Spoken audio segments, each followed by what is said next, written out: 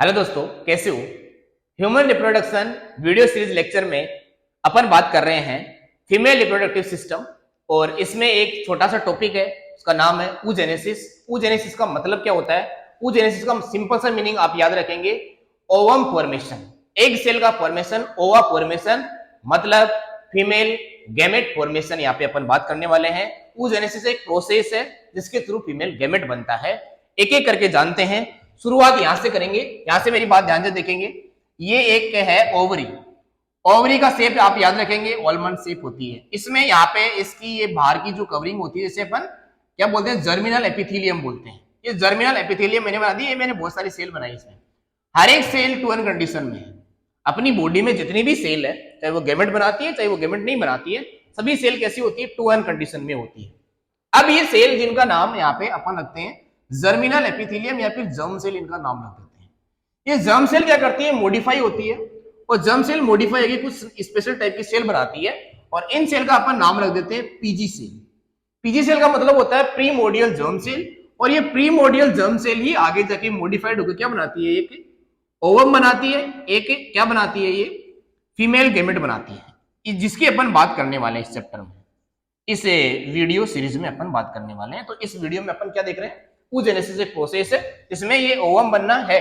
अब ओवम बनना कैसे होता है? देखो, प्रीमोडियल जर्म सेल ये है। प्रीमोडियल जर्म सेल की ये क्रोमेटिक कंडीशन कैसी है? 2n। अब यहाँ पे अगर ये प्रीमोडियल जर्म सेल ग्रोथ करना चाहती है, अपना नंबर बढ़ाना चाहती है, तो अपन यहाँ पे बोलेंगे कि यहाँ पे हो रहा है माइटोसिस। अब ये माइटोसिस चलता रहता है। और ये माइटोसिस कहाँ पे चल रहा है आपको पता है?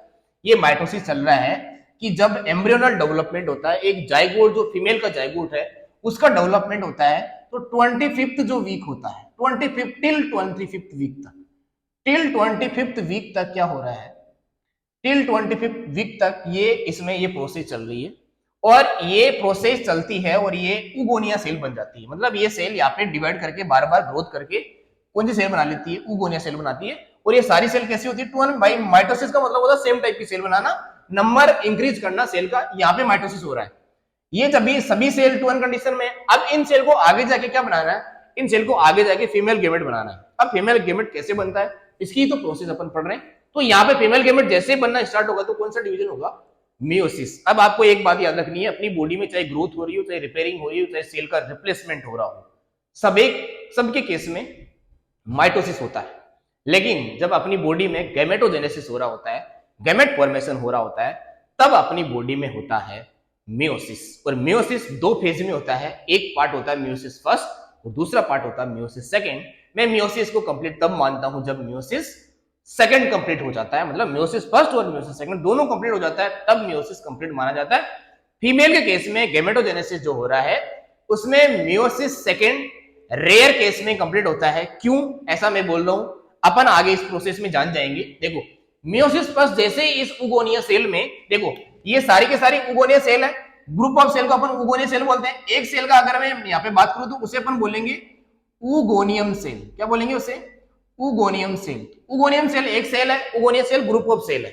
यहाँ पे देखना, मियोसिस फर्स्ट जैसे स्टार्ट हुआ किसमें? उगोनियम सेल में, वैसे ही अरेस्ट हो गया। तो यहाँ पे लिखेंगे अरेस्ट हो गया। अब ये अरेस्ट हो गया तो ये कब तक अरेस्ट रहेगा? तो ये अरेस्ट हो गया है किसमें? एक सेल साइकिल होता है इस तरीके से। सेल साइकिल में G1 फेज है, S फेज है, फिर G2 फेज है और यहाँ पे M फेज होती है। इस M फेज में बहुत सारी सब फेजेज होती है। जैसे मैं यहाँ पे लिख देता हूँ, यहाँ पे होता है प्रोफेज, मेटाफेज, एनाफेज और टीलोफेज। इस तरीके से सब फेजेज होती है। अपन यहाँ पे बात कर रहे हैं कि मियोसिस फर्स्ट, और जब मियोसिस फर्स्ट हो रहा है तो यहाँ पे मियोसिस फर्स्ट में प्रोफेज फर्स्ट आएगा। प्रोफेज फर्स्ट की भी सब पेजेज और होती है। प्रोफेज फर्स्ट की सब पेजेज कौन सी है? जैसे मैं यहाँ पे लिख दूं, लेप्टोटीन, जाइगोटीन, पैकाइटीन, डिप्लोटीन और डायकाइनेसिस। क्या बोला मैंने? लेप्टोटीन, जाइगोटीन, पैकाइटीन, डिप्लोटीन और डायकाइनेसिस। इस प्रोफेज की सब पेजेज है ये प्रोफेज, इस प्रोफेज फर्स्ट की सब पेजेज है। आपको याद भी रखना, सेल डिवीजन में आपने पढ़ा होगा, या फिर नहीं पढ़ा तो मैं आपको पढ़ा दूंगा। अब देखना, इस प्रोफेज फर्स्ट की जो डिप्लोटीन फेज है, इस डिप्लोटीन फेज में क्या हो जाता है? ये यहां पे जाके सेल यहाँ पे अरेस्ट हो जाता है। इस फेज में ये सेल अरेस्ट हो गया। और ये कब तक अरेस्ट रहता है? जब तक एक फीमेल प्यूबर्टी अटेंड नहीं कर लेती है। मतलब ये एम्ब्रियोनल कंडीशन में जब एक फीटल डेवलपमेंट हो रहा था, फीमेल का फीटल जब डेवलप हो रहा था, उस टाइम से मियोसिस स्टार्ट है और कब तक अरेस्ट रहता है, प्यूबर्टियल फेज तक। प्यूबर्टी फेज में जैसे ही फीमेल एंटर करती है तो मियोसिस फर्स्ट क्या हो जाता है बेटा, यहाँ पे मियोसिस फर्स्ट हो जाता है कंप्लीट। ये यहाँ पे आके कंप्लीट होता है, मतलब बहुत लंबा पेज चलता है। कौन सा, मियोसिस फर्स्ट, किसमें, फीमेल के केस में। अब देखो क्या होता है, मियोसिस फर्स्ट होता है तो एक 2n कंडीशन की सेल n कंडीशन की बनती है। तो एक n कंडीशन यहाँ पे बनता है, एक n कंडीशन यहाँ पे बनता है। मैं अगर इसे सही तरीके से डिवीजन करना चाहूं तो मैं ऐसे बोल दूंगा कि एक 2n कंडीशन की सेल बेटा किस तरीके से डिवाइड करती है भाई, एक n सेल ऐसे बन जाती है और एक n सेल ऐसे बन जाती है। लेकिन फीमेल के केस में ऐसा नहीं होता है, क्योंकि अगर मैं इसे आगे डिवाइड करूंगा तो इससे एक सेल और बनेगी ऐसे, और इससे भी एक सेल और बनेगी, मतलब एक सेल से 2 सेल बनेगी, n से n, मतलब यहाँ पे मियोसिस फर्स्ट होगा और यहाँ पे होगा मियोसिस सेकंड। तो मियोसिस सेकंड जब होगा तो फिर से ऐसे, यहाँ पे 2 सेल से कितनी सेल बन जाएगी, तो यहाँ पे मियोसिस सेकंड में 2 सेल से 4 सेल बन जाएगी। इसका मतलब अगर ऐसा होता जैसा मैंने यहाँ पे लिखा है, और जनरली अपन ऐसा ही पढ़ते हैं कि मियोसिस फर्स्ट और मियोसिस सेकंड में जो डॉटर सेल का जो नंबर होता है वो 4 ही होता है, 1 2 3 4, यहाँ पे डॉटर सेल का मैंने नंबर लिख दिया। अगर ऐसा ह्यूमन फीमेल के केस में होता तो हर एक रिप्रोडक्टिव साइकिल में एक फीमेल 4 एग रिलीज कर रही होती और हर एक रिप्रोडक्टिव साइकिल से एक फीमेल 4 बच्चों को जन्म दे रही होती, जो कि ऐसा नहीं होता है। तो फिर क्या होता है, तो नेचर का कमाल देखिएगा क्या होता है। मियोसिस फर्स्ट बेटा कंप्लीट होती है तो इस सेल में साइटोप्लाज्म होता है। देखो साइटोप्लाज्म का यहाँ पे किस तरीके से डिवीजन होता है, एक न्यूक्लियस यहाँ पे चला जाता है, एक न्यूक्लियस इसमें चला जाता है, दोनों न्यूक्लियस का डिवीजन हो गया। लेकिन नेचुरली सारा का सारा साइटोप्लाज्म इस सेल के पास में चला जाता है, सारा का सारा साइटोप्लाज्म यहाँ पे चला गया, इसके पास में साइटोप्लाज्म नहीं है, इसलिए इसका न्यूक्लियस क्या हो जाता है, रुका रह जाता है, और इसे अपन बोल देते हैं प्राइमरी पोलर बॉडी, जो आगे जाके कुछ कर भी सकती है और डीजनरेट हो जाती है। मोस्टली क्या हो जाती है, डीजनरेट हो जाती है और रिप्रोडक्टिव साइकिल से एग्जिट हो जाती है। उसके बाद में देखना, जैसे ही मियोसिस फर्स्ट कंप्लीट हुआ तो बन गया सेकेंडरी oocyte। क्या बन गया, सेकेंडरी oocyte, जिसको अपन जनरली नॉर्मली इसे अपन ओवम बोल देते हैं।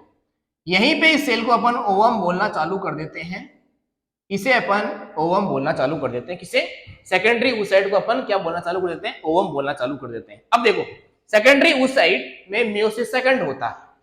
सेकेंडरी oocyte क्योंकि आगे जाके इसे गैमेट फॉर्म करना है, सेकेंडरी oocyte में मियोसिस सेकंड स्टार्ट होता है, फिर से अरेस्ट हो जाता है, फिर से ये अरेस्ट हो जाता है और ये बहुत लंबे टाइम तक अरेस्ट रह सकता है।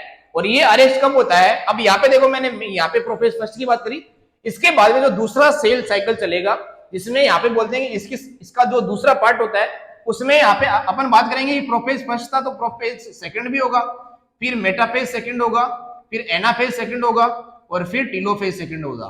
तो ये मेटाफेज सेकंड में फिर से अरेस्ट हो जाता है, मतलब ये सेल डिवीजन प्रोसेस से जब जारी आगे तो ये मेटाफेज सेकंड में फिर से क्या हो गया, अरेस्ट हो गया।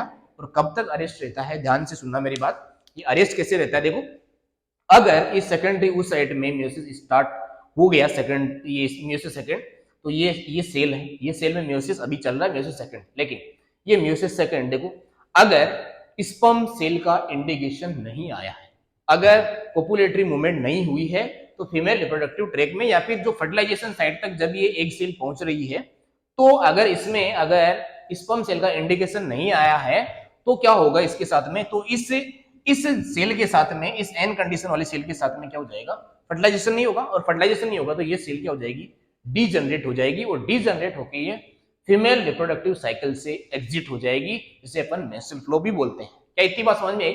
इसके बाद में दूसरी कंडीशन क्या हो सकती है, दूसरी कंडीशन ये है कि इस सेल को क्या दिखा, इस सेल को यहाँ पे स्पर्म सेल का इंडिकेशन मिला, एक केमिकल यहाँ से सिग्नलिंग होती है और इसे बोलते हैं कि यहाँ से स्पर्म सेल का इंडिकेशन इस सेल को जब मिला तो इसमें मियोसिस सेकंड क्या हो जाती है, इसमें मियोसिस सेकंड यहाँ पे आके क्या हो जाती है, कंप्लीट हो जाती है।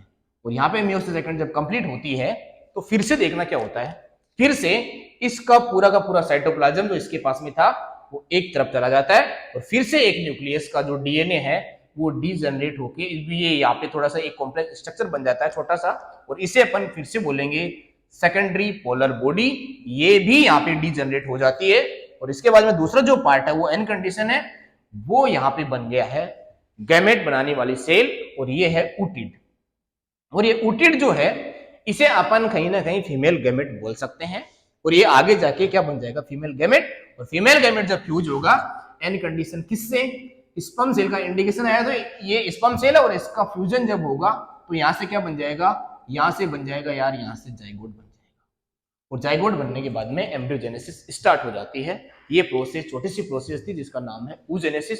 oogenesis का ये जो फेजेज है ये आपको याद रखना है, ये सारे पॉइंट टू पॉइंट आपको बातें पता होनी चाहिए कि ये वाला फेज कब तक चलता है, मियोसिस फर्स्ट कब कंप्लीट होता है, मियोसिस सेकंड कब किस तरीके से कंप्लीट होता है। अब मुझे बताओ, अगर नॉर्मली अगर अपने एक फीमेल के केस में देखें तो स्पर्म सेल का इंडिकेशन हमेशा नहीं होता है, इसलिए ये मियोसिस सेकंड कंप्लीट ही नहीं होता है। इसलिए मैं शुरू में बोल रहा था कि मियोसिस सेकंड कंप्लीट कब होता है, स्पर्म सेल के इंडिकेशन के बाद।